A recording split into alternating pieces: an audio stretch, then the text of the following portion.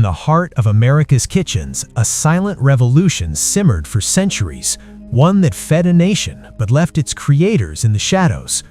What if the dishes you love most, fried chicken, collard greens, barbecue, carried secrets of survival in erasure?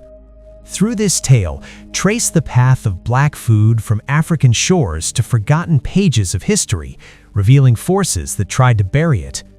Long before chains bound them, people from West and Central Africa thrived on lands rich with yams, rice, and okra. Villages pulsed with communal meals, where stews bubbled over fires, flavored with peppers and palms. Grains like sorghum and millet formed the backbone of daily life, paired with greens and proteins from the earth and sea. These traditions, woven into the fabric of existence, crossed the Atlantic in the holds of ships during the brutal Middle Passage. Enslaved Africans clung to seeds and knowledge, smuggling what they could, black-eyed peas, peanuts, and sesame, to sustain body and spirit amid horror. On those vessels, meager rations of cornmeal and salted meat forced adaptations, blending old ways with whatever scraps survival demanded. Yet even in chains, ingenuity sparked. A handful of okra thickened broths, echoing home. Arrival in the American South marked a new chapter of hardship on plantations from Virginia to Louisiana.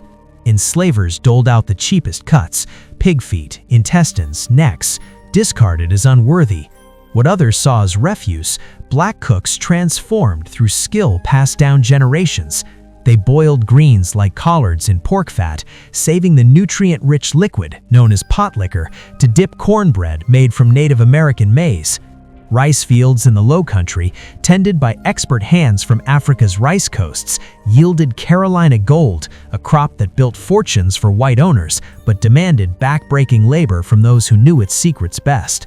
Barbecue emerged from pits dug deep, where whole animals roasted slowly over hardwood coals, a method honed by blending indigenous techniques with African smoking and seasoning. Fried chicken, coated in batter and crisped in lard, became a Sunday staple, its crunch hiding layers of flavor from spices that masked poor quality meat. These meals nourished not just bodies, but communities, shared in hidden gatherings where stories flowed like gravy. As emancipation broke the chains in 1865, Black food began to flourish openly. Freed people opened eateries and catering businesses, traveling roads to serve barbecue at events nationwide. In cities like Chicago and Harlem during the Great Migration, migrants carried recipes north, establishing spots where chitterlings and sweet potato pie drew crowds. Soul food, as it came to be called in the 1960s amid the Black Power movement, symbolized resilience, a shared language of pride, and plates of macaroni and cheese baked golden, or gumbo thick with okra and sausage, its name rooted in Bantu words. Figures like pitmasters in the South commanded respect, their smoke-filled yards becoming hubs of culture. Newspapers once hailed Black cooks as masters, their methods sought after. For a time, it seemed the contributions would stand tall, integral to the American table. But shadows lengthened as Jim Crow laws tightened their grip. White society, uncomfortable with Black success, pushed narratives that diminished these roots. Media spotlighted white figures as barbecue kings, like sheriffs and entrepreneurs who fronted operations, while Black labor toiled unseen in photographs' backgrounds. Crops like the African red-bearded rice, cultivated by Black farmers for centuries, vanished as land was seized through violence and discrimination, erasing legacies by World War I. Southern cuisine, born from Black innovation, got repackaged as white heritage.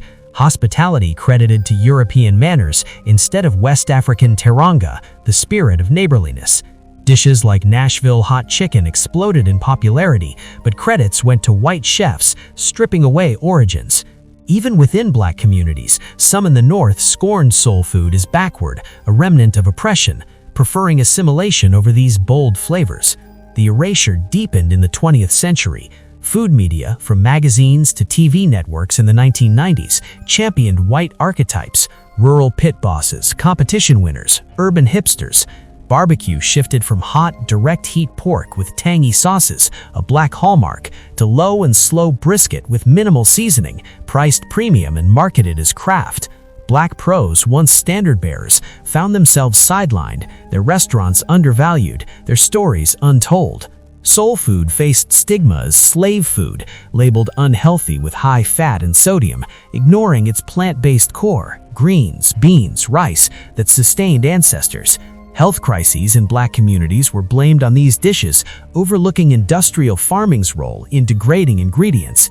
What began as resourceful feasts became caricatures, fried chicken twisted into racist stereotypes, further burying the truth.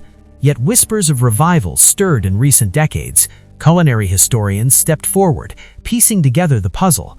Michael Twitty, through his book The Cooking Gene, journeyed across the South, recreating meals on plantations to honor enslaved cooks. He revived forgotten rice strains and barbecued with mattress frames his ancestors did, blending West African brisket rubs with cinnamon and cayenne.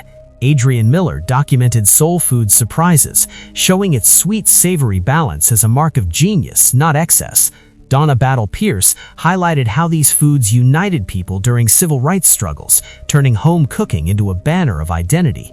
Black-owned spots like Rodney Scott's in Charleston now earn acclaim, their whole hog techniques reclaiming space in halls of fame. Media slowly shifts, featuring diverse voices, but the fight continues against appropriation. This story of Black food reveals more than recipes. It exposes how history bends under power's weight.